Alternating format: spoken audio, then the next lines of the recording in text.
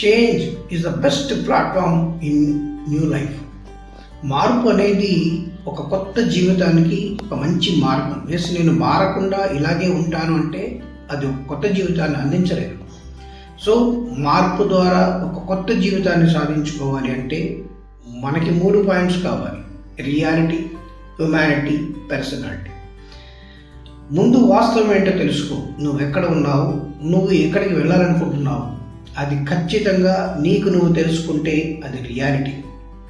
ఆ రియాలిటీ నీలోకి వచ్చిన తర్వాత కేవలం సంకుచిత భావంతో కాకుండా విశ్వమానవ ప్రేమతో, హ్యుమానిటీ గ్రౌండ్లో ప్రపంచం మొత్తంలో నువ్వు ఉన్నావు, ప్రపంచమంతా నీది అనే ఆలోచనతో నువ్వు ముందుకు వెళ్ళే విధంగా నీ పర్సనాలిటీని మార్చుకో.